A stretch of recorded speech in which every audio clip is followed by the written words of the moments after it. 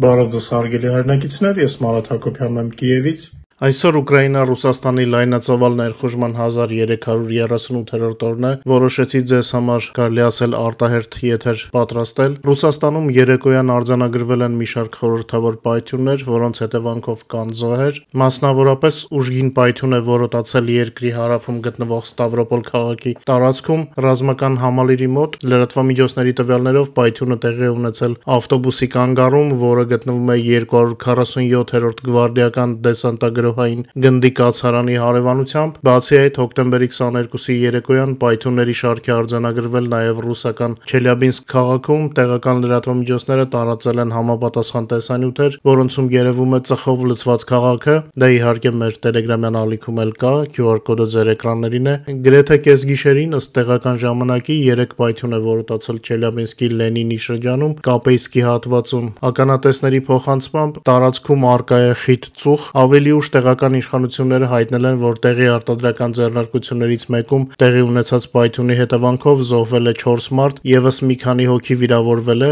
Հիշեցնենք, ավելի վաղ սոցիալական ցանցերում տեղեկություններ էին տարածվում Սարանսկի եւ Մախաչկալեի արդյունաբերական օբյեկտների վրա դրոնների հարձակումների մասին։ Մեր Telegram-ում էլ կային բազում կադրեր, բայց ուկրաինական գենշտաբը դեռ այս մասին մանրամասներ չի տեղեկացրել։ Այս եթերի հիմնական թեմաներին անցնելուց առաջ խնդրում եմ մի պահ տրամադրեք YouTube-ի գործիքներից օգտվելուն, խնդրում եմ լայքեք, եթե կարելի է սոցիալական ցանցերում տարածեք մեր եթերը, իսկ ովքեր դեռ բաժանորդագրված չեն, խնդրում եմ ստուգեք, բաժանորդագրվեք մեր ալիքներին, շատ կարևոր է դա։ Ռուսական էներգառեսուրսների մեկուսացում է տեղի ունենում, Մոսկվան կորցնում է եւս մեկ կարևոր շուկա, Ռուսաստանը կանգնած է հերթական հարվածի առաջ, մեծանում է էներգետիկ մեկուսացումը։ Ռուսական էներգառեսուրսների մեկուսացումը, որն արդյունք է արևմուտքի կողմից կիրառված պատժամիջոցների, ի պատասխան Ռուսաստանի լայնածավալ ներխուժման Ուկրաինա շարունակաբար խորանում է։ Խոսքը ոչ միայն նավթի եւ գազի, այլև ածխի մասին է։ Ոլորտի հետազոտող կազմակերպության տվյալներով Հարավային Կորեան սկսել է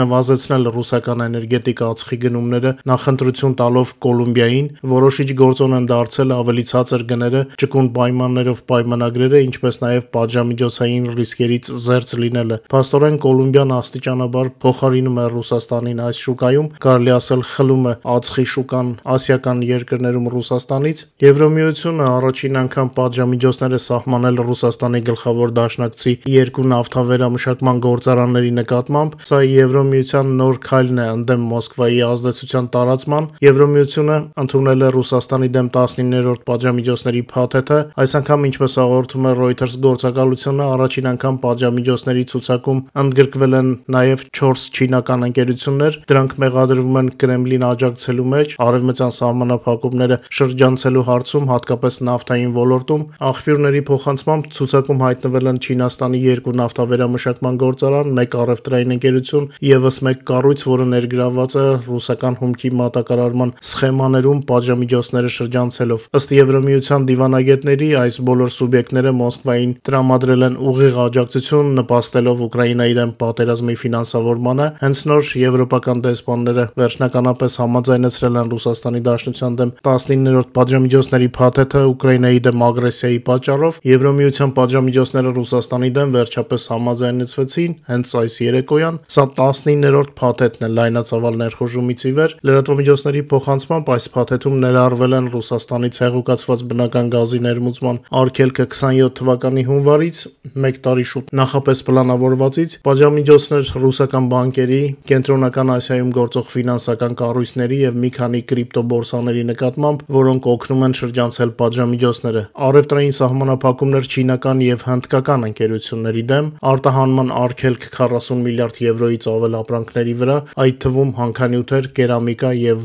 ռետին, ավելի քան 100 ստվերային նավթային տանկերներ եւս ներառվել են փաթեթի մեջ։ Ավելի վաղ հայտնի էր, որ փաթեթի համաձայնեցումը որոշակի ժամանակ ոչնդոտում էին Ավստրիան, Հունգարիան եւ Սլովակիան։ Փառք Աստծո, ի վերջո բոլոր կոնֆլիկտները հարթվեցին։ Եվս մեկ ներեվրոպական անհաշտություն, դե առանց ռուսների դա չի լինում։ Լեհաստանի արտգործնախարարը խիստ քննադատել է Հունգարիայի իր գործընկերոջը։ Եվրոմիության ներսում սկսում է խորանալ Լեհաստանի եւ Հունգարիայի միջև եղած տարաձայնությունը կապված Ռուսաստանի եւ Ուկրաինայի հետ։ Լեհաստանի արտաքին գործերի նախարար Ռադոսլավ Սիկորսկին կոշտ արձագանքել է Հունգարիայի իր գործընկեր Պիտեր Սիարտոյի հայտարարություններին, որոնք կասկածի տակ էին դնում լեհական դատական համակարգի անկախությունը։ Պիտեր Սիարտոն անդրադառնալով Լեհաստանի մտադրությանը ձերբակալել Վլադիմիր Պուտինին միջազգային քրեական դատարանի հրամանի հիման վրա, եթե նա մուտք գործի երկրի օդային տարածք, հայտարարել է, թե Վարշավան նախկինում հրաժարվել է արտահանձնել Գերմանիա ուկրաինացի քաղաքացուն կապված հյուսիսային հոսք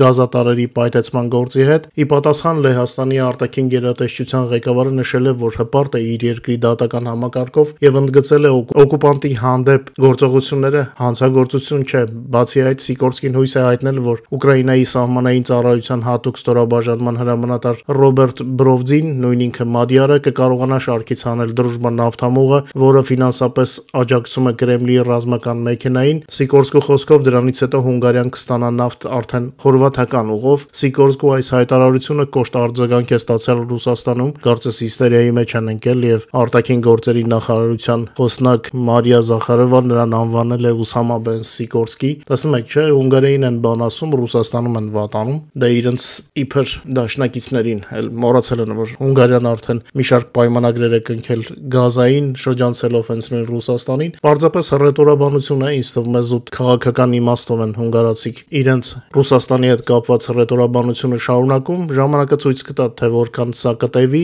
Կարևորը, որ գործերով նրանք արդեն ենթարկվում են Եվրոմիությանը։ Եվս մեկ լուր Եվրոպայից եւ եւս մեկ նավթավերամշակման գործարան է այրվում Եվրոպայում, այս անգամ Սլովակիայում։ Տեղեկությունները վկայում են, որ գործարանը սերտորեն կապված է ռուսական ընկերությունների հետ։ Սա արդեն երրորդ դեպքն է վերջին շրջանում, այն պահին, երբ ռուսական էներգետիկ արդյունաբերությունը շարունակում է կրել կորուստներ արտահանման շուկաներում, Եվրոպայի մի շարք երկրներում արձանագրվում են տարօրինակ պատահարների շարան նավթավերամշակման գործարաններում, որոնք անմիջական կապ ունեն Մոսկվայի հետ։ Սլովակիայի մայրաքաղաք Բրատիսլավայում խոշոր հրդեհ է բռնկվել, ձեր էկրանին տեսնում եք կադրը, նավթավերամշակման գործարանում, որը պատկանում է հունգարական MOL ընկերությանը։ Այս գործարանը մշակում է ռուսական նավթ մատակարարվող Դրուժբա խողովակաշարով։ Ինչպես մենք արդեն հայտնել ենք, սա արդեն երրորդ նմանատիպ դեպքն է։ Վերջին երկու շաբաթվա ընթացքում կապված Ռուսաստանի նավթի վերամշակմամբ զբաղվող եվրոպական գործարանների հետ տեղական լրատվամիջոցների տեղեկատվությամբ կրակը տարածվել է գործարանի զգալի հատվածում, տեղում աշխատում են հրշեջ ծառայությունները։ Պաշտոնական պատճառը դեռ չի հայտարարվել, սակայն ընդհանուր պատկերը սկսում է կրել խորհրդավոր բնույթ։ Բրատիսլավայի հրդեհը շարունակությունն է նավթավերամշակման ոլորտում արձանագրված այլ աղմկոտ միջադեպերի։ Մի քանի օր առաջ հրդեհ էր բռնկվել նաև հունգարական MOL-ի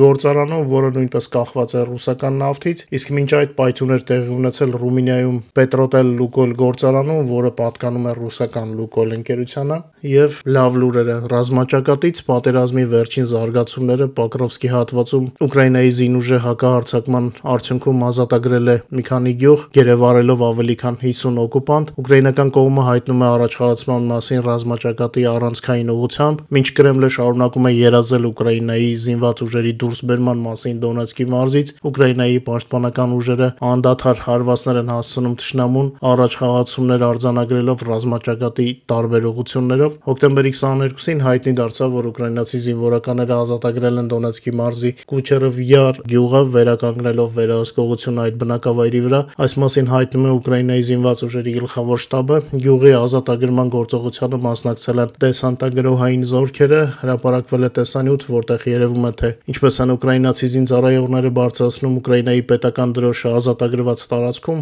Գիտեք, հիմա կարդում եմ տեքստը եւ մտովի պատկերացնում եմ, երբ մենք ազատագրելու մեր հայկական տարածքները, երբ է բարձրանալու մեր եռագույնը։ Վերադառնալով Դոնբաս, ասեմ, որ ուկրաինացի զինվորները բարձրացրել են դրոշը ազատագրված գյուղում, դա կյանքի ազատության եւ ոգու խորհրդանիշ է։ Քայլ առ քայլ Ուկրաինան վերականգնում է իր տարածքները, նշվում է Գենշտաբի հաղորդագրությունում։ Բացի դրանից, այս գործողության ընթացքում Ուկրաինայի զինված ուժերը զգալիորեն ավելացրել են փոխանակման ֆոնդը, գերեվարելով ավելի քան 50 ռուս օկուպանտի։ Կադրերը վստահ եմ արդեն շատերը տեսել եք մեր Telegram-յան ալիքում։ Ավելի վաղ չորեքշաբթի Deep State վերլուծական նախագիծը հաղորդել էր, որ Ուկրաինայի զինված ուժերը վերադարձրել են դիրքերը Նովոե Շախովը եւ Կուչերովյար գյուղերը գործերի մոտակայքում անցյալ շաբաթ հաղորդվել էր, որ Դաբրապոլեի գործողության ընթացքում Ուկրաինայի զինված ուժերի ստորաբաժանումները վերադարձրել են Պոկրովսկի շրջանում գրեթե 413 քառակուսի կիլոմետր տարածք։ Դաբրապոլեի տարածքում ռուսական բանակը կորցրել է գրեթե 14000 զինվոր, սպանված,